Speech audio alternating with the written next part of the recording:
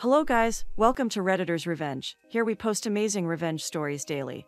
And if you want more content like this, please do subscribe to the channel and stay tuned with us. Moving on to today's first story, about Karen, a bridezilla, wins herself looking like a pauper at her own wedding after stealing a poor bride's wedding gown. Now story. I-48F have friend known as Pat 48F for decades.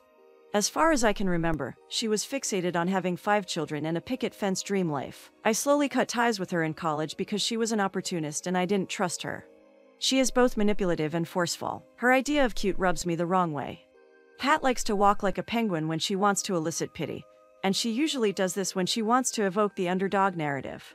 I've never seen someone act so despicable and ridiculous at the same time. I moved on with my life, happily got rid of her for years. Pat eventually found me on Facebook. I accepted her friend request out of politeness. Pat has become the epitome of a permissive mother. Her 5 kids do as they please and she never calls them out. She tried to force a relationship between me and her daughters and made them call me auntie. Pat tried to drop them off at my house uninvited. Her phone calls were insistent. She tried to monopolize my time and she began to show up at my job. I created some boundaries so she tried to find loopholes. It was a nightmare. My husband and I hosted a party for the community center new members. The community center is a very informal initiative and my husband and I mainly serve the homeless population. We prefer to help strangers instead of catering to potentially narcissistic acquaintances.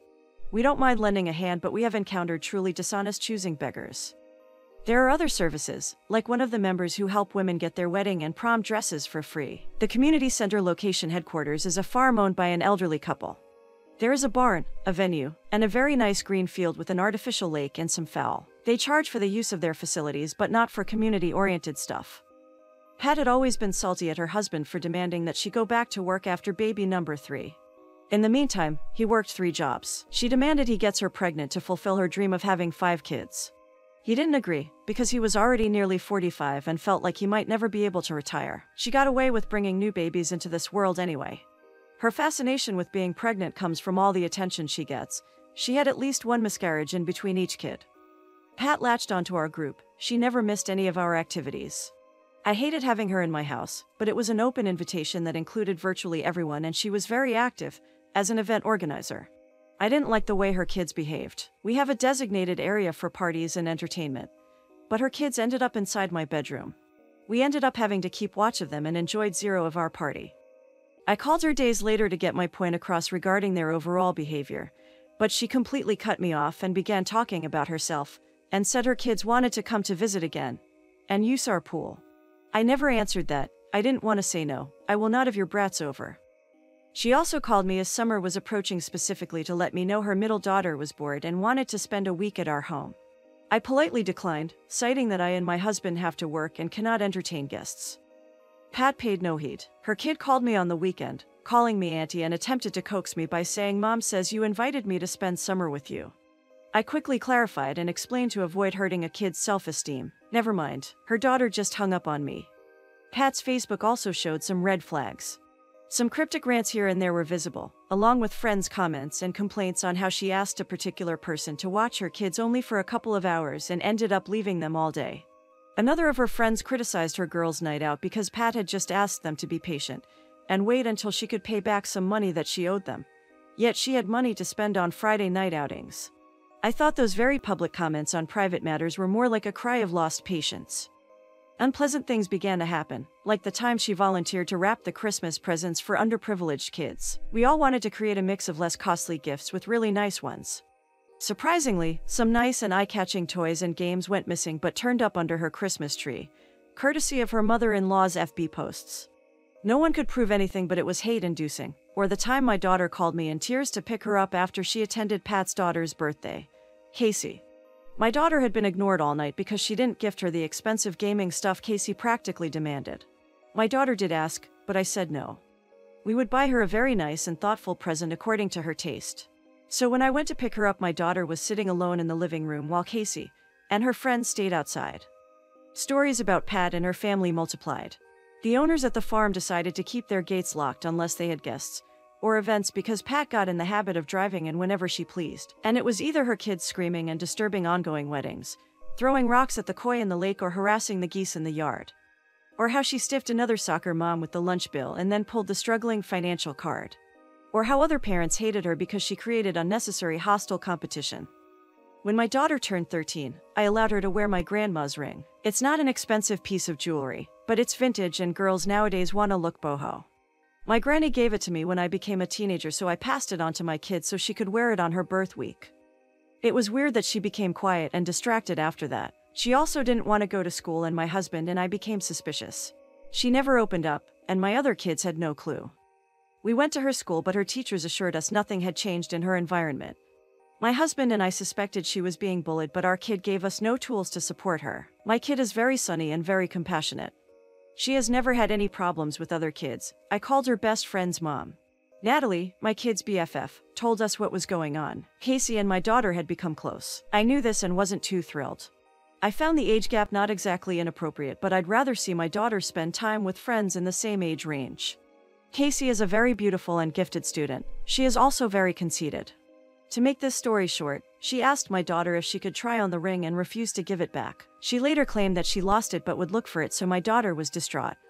My daughter kept asking for her ring, and as a result, Casey shunned her and spread the word that my kid was trying to steal her ring. Some kids at school took Casey's side. So now Casey just wore my kid's jewelry to school as if nothing happened. If that doesn't qualify as taunting, I don't know what does. My guilt comes from not being able to get my daughter to open up and feel safe telling me the truth. I talked to her and she burst into tears. I was both pained as a mother and furious that some teenage witch was doing this under our noses. I went straight to Pat's car after school. I asked to talk as Casey was about to go in, so I grabbed Casey's hand and asked to see her jewelry. Casey froze and she tried to make a fist, so I became relentless. Casey yelled "Mom," and Pat struggled to get out of the car. I slid the ring off. Casey has tiny hands and wore the ring on her index finger. And then Pat yelled at me.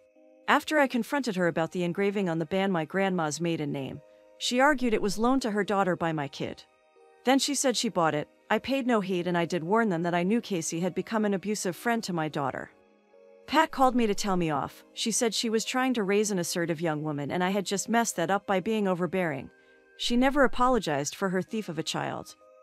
Pat's husband Hank is what can be described as a doormat. Pat wore him down to a knob. He had no choice but to obey her to keep the peace.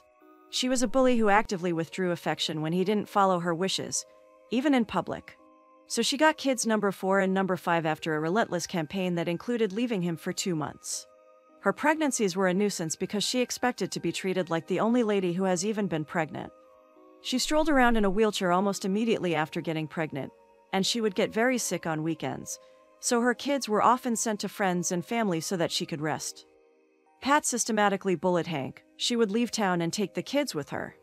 Poor Hank would look distraught, drinking on his porch or just looking lonely. This is how she got off the hook and was able to leave her job. Hank had virtually no voice, so he struggled to keep the marriage together. Everyone liked him but hated her equally. Hank loved to talk to other people but seemed concerned that Pat would be upset. Over time, according to my husband, Hank began to show signs of depression and mental distress.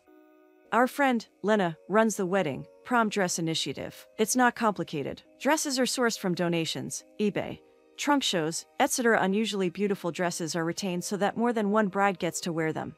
In some cases, a bride will pay $50, but most of the time, the dresses are donated to the bride. Pat was involved in this. Lena kept her in because they never had any issues and her task was limited to just shipping the dresses out. Pat decided to renew her vows and her bridezilla Karenzilla attitude became the icing on the cake. For starters, she bullied another couple into giving up their wedding date at the farm because she needed her renewal to match her exact wedding date. They were not impressed with her harassment, so they booked another venue. As a result, the farm owners were pissed because Pat was already costing them money after she had successfully negotiated a cut in their rate because she couldn't afford it, but will repay by doing maintenance work around the venue, which she never made good on her word. Pat became attached to a particular dress that was already assigned to another bride. Lena made it clear that she would need to pay for her dress, so Pat played it cool and shipped the wrong gown instead. She was adamant that it was the right dress, despite all the notes on Lee's agenda. The other bride was truly gracious about it. She was disappointed but never made a scene. What bothered me most is that I picked that dress and bought it for $40 at a garage sale. It was a vintage dress, ankle length, white with lots of lace, and a huge bargain. Again, when confronted, Pat did a Casey and used the "this is mine" strategy. We felt so bad for the other bride that we did our best to get her something nice to wear. The other bride was a true fighter. She had pulled out of welfare, earned her high school diploma, and was working to get on her feet by trying to earn a certificate as an acrylic nail technician. So, her reward was to have some Karen steal her dress. Pat never admitted to messing up, but just by the fact that she claimed it was her dress, we knew. Lena never allowed her in her warehouse again. Their last phone fight ended with Pat bringing up the other bride's past like it mattered. And this conversation is over. It's my dress and you are mistaken. That was weeks before the other bride's wedding. Pat went all out on her wedding decor. She spent way too much. She hired a caterer for some food, but the wedding invitation included a request for specific dishes for her Sunday brunch wedding. Either she ran out of banquet money or was on a complete moocher mode. I picture the penguin walking upon practically asking everyone to supply her wedding reception grub and I cringe. There is nothing wrong with potluck weddings. They can be a nice addition to a very cozy and family-oriented wedding reception. But, don't you need to at least be close to your guests to ask for such a thing? Even I got an invitation. I told everyone I wasn't going because I was very uncomfortable being told what to bring and was probably expected to give them a cash gift on top of that. Some of the older ladies in our group agreed. Some said they would not decline in advance because she is a bully and they didn't want a confrontation.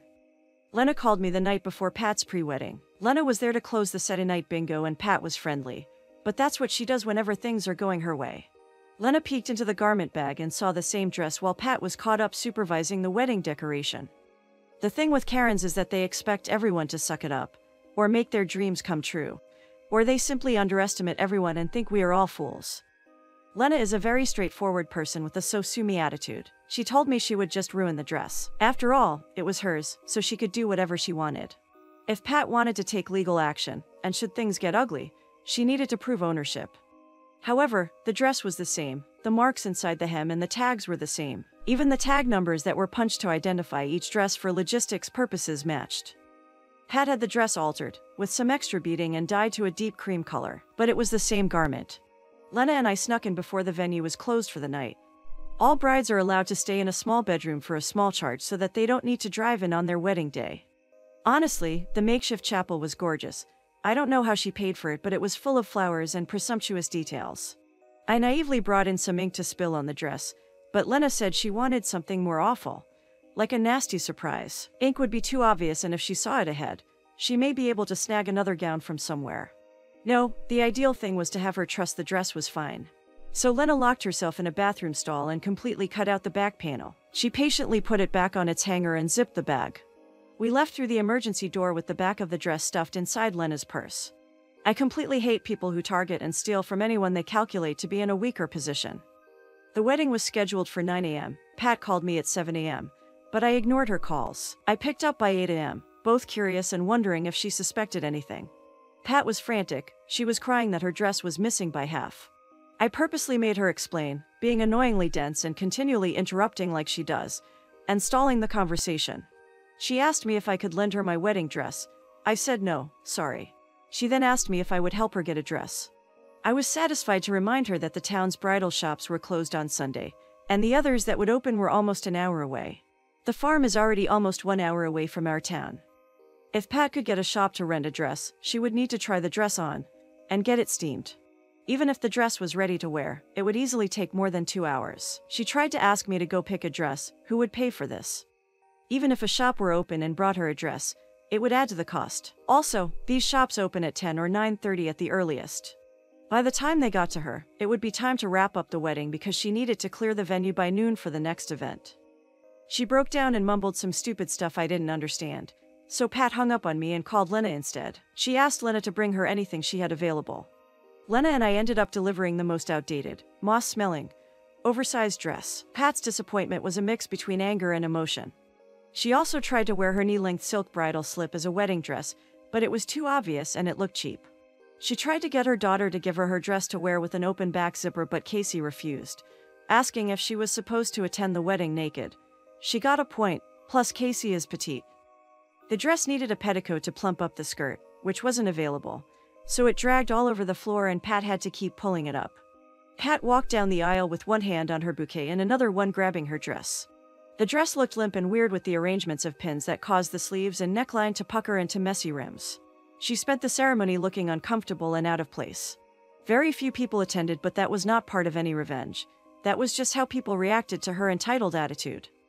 The dress looked awful. The reception portion of the wedding had all this princely decoration.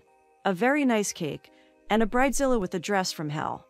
I didn't stay, but I was told. She was so disappointed she spent her wedding sulking. There was no dance, no actual speech. She had to change into a shirt and leggings because the dress was too uncomfortable. Everyone talked about how Pat put on her flip-flops and walked around aimlessly until she ordered the ushers to start folding up the chairs within 1 hour of the reception. So she practically kicked everyone out and the cake was never cut. Pat wasn't the same after this. She was not as loud and avoided everyone. I think she was disappointed that nobody ran to her rescue, not even her family who came from out of town. Her husband finally cracked under all the pressure and sought some help. He was slaving away and coming home to clean the house while Pat used her kids as an excuse to spend like crazy. Hank also had to do kid homework because Pat never had the time or never had patience. She also refused to get a part-time job so her kids could attend an after-school and get help with their school stuff.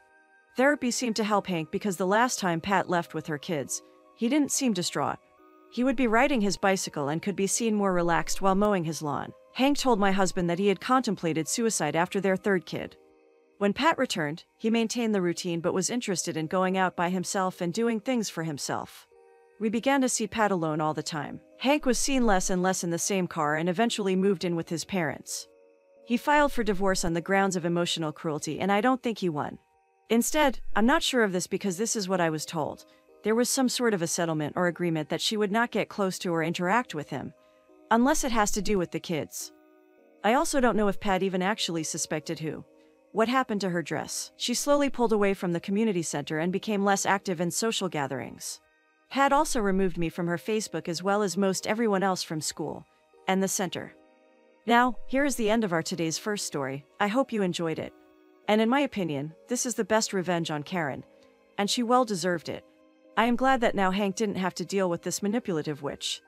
Guys, let me know your opinion about Karen in the comments section. I enjoy reading your opinion. So before leaving, please hit the like button and do subscribe to the channel to stay tuned with us for more awesome stories.